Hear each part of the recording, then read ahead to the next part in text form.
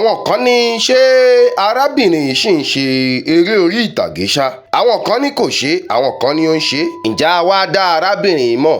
ṣáà dá mọ̀ dáadáa. ẹ jẹ́ á wá fi àsìkò yìí sẹlibrétì òṣèrébìnrin ilẹ̀ wa nì, ìyẹn Olúwabùkọ́lá Sekinat Àjọkẹ́ Wright o.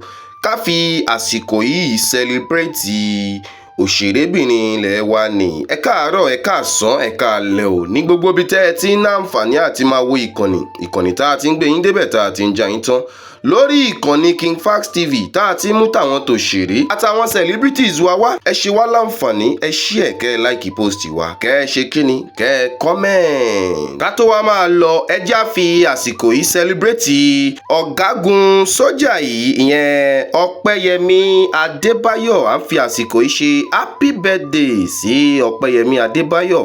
ìgbà ọdún ọjọ́ kan ni o. a fi àsìkò yìí kí ọ pé wàá ṣọ̀pọ̀ ọdún láyé, ẹ̀mí á ṣe púpọ̀ láyé o. a kí ẹ o, ìdílé Fákẹ́yẹ ní ká kí ẹ pé ó kú ọdún, ó kú ìyèdún, ẹ̀mí ẹ á ṣe púpọ̀ láyé. agbára elédùà ò ní rí ń gbé sọnù bí ò ṣe bí ọmọ o. ṣàmì àdúrà. ẹ jẹ́ á sáré sọ méjì mẹ́ta nípa òṣèrébìnrin ilẹ̀ wa nìyẹn Bukky Wright o. ká sọ díẹ̀ lára ohun tá a mọ̀ nípa òṣèrébìnrin náà. orúkọ arẹwà òṣèrébìnrin ni Olúwabùkọ́lá Sekinat Àjọkẹ́ Wright o, ṣùgbọ́n àwọn èèyàn máa ń pè ní Bukky Wright. Bukky Wright làwọn ènìyàn mọ̀ sí dáadáa.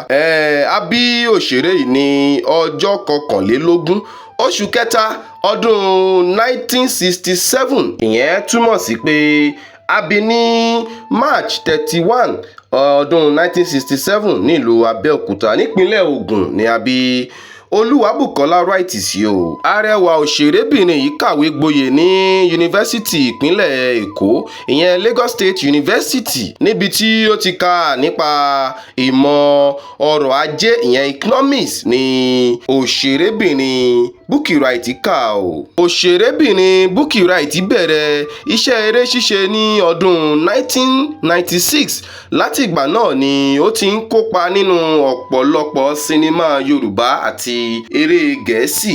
ọdún 1996 ni òṣèrébìnrin Olúwabùkọ́lá Wright bẹ̀rẹ̀ iṣẹ́ eré ṣíṣe o. láti ìgbà náà ló ti ń kópa nínú eré Yorùbá àti ti èdè Gẹ̀ẹ́sì. Bukky Wright wá di ìlú mọ̀ọ́ká nínú eré bíi Ṣàwòrò-idẹ tí ó ṣe ní ọdún 1999 àti Agogo Èèwọ̀ àti eré orí tẹlifíṣàn kan tí àkọlé rẹ̀ ń jẹ́ Super Story tí Wálé Adénúgá production máa ń ṣe nígbà náà.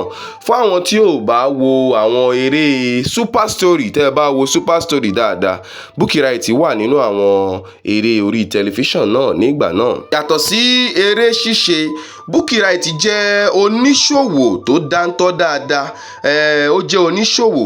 òun ni ó ní iléeṣẹ́ àṣà aṣọ tó ń pè ní B Collection àti iléeṣẹ́ ẹwà tí wọ́n ń pè ní B Wright Beauty Spa. ìyẹn àwọn tí wọ́n ń ṣe spa, àwọn ni òun ni Bukky Wright ní o. lọ́dún 2014 òṣèrébìnrin Bukky Wright kópa nínú òṣèlú láti jẹ ọmọ ilé ìgbìmọ̀ aṣojú, ìyẹn Ogun State House of Assembly lábẹ́ ẹgbẹ́ òṣèlú Social Democratic Party, ìyẹn SDP ní ìgbà náà.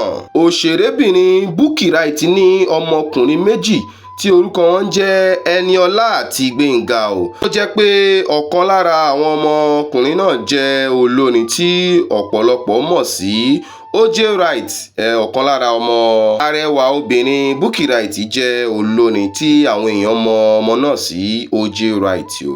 ní ọdún 2025 yìí, òṣèrébìnrin Bukky Wright tẹ̀síwájú nínú iṣẹ́ eré ṣíṣe pẹ̀lú bí ó ṣe kópa nínú àwọn sinimá tuntun bíi Red Circle àti Aṣọ Ẹbí Diaries. òun ni àwọn eré tuntun tí Olúwabùkọ́lá Àjọkẹ́ Wright tó kópa nínú rẹ̀ o. Fún àwọn tó ń béèrè pé ṣé òṣèrébìnrin náà ń ṣiṣẹ́ ṣó sì ń ṣeré àbí kò ṣe eré orí ìtàgé mọ́, wọ́n sì ń ṣe eré orí ìtàgé o, wọ́n sì ń ṣe eré sinimá o. Ẹ lọ wo Red Circle àti Aṣọ Ẹbí Diaries èyí tó jáde ní ọdún 2025 yìí. Ẹ lọ wò ó, ẹ bá arẹwà òṣèrébìnrin Bukky Wright nínú sinimá eré àgbéléwò náà. Díẹ̀ lára ohun tá a mọ̀ nípa arẹwà òṣèrébìnrin Olúwabùkọ́lá Àjọkẹ́ Wright. Díẹ̀ lára ohun tá a mọ̀ nípa òṣèrébìnrin náà. À ń fi àsìkò yìí sẹlẹ̀bírẹ̀tì gbogbo àwọn òṣèré pátápátá káàkiri orílẹ̀-èdè Nàìjíríà. Gbogbo wa la máa gbẹ̀yìn arúgbó wa o. Ẹ ní kú lójijì o. A kú ọdún, a kú ìyèdún, ẹ̀mí á ṣe púpọ̀ láyé. Ẹ má wá gbàgbé o, kẹ́ ẹ follow, kẹ́ ẹ like post wa, kẹ́ ẹ ṣe kíni, kẹ́ ẹ comment. Don't forget to click the follow tàbí subscribe button kẹ́ ẹ lè wà updated. Ire o.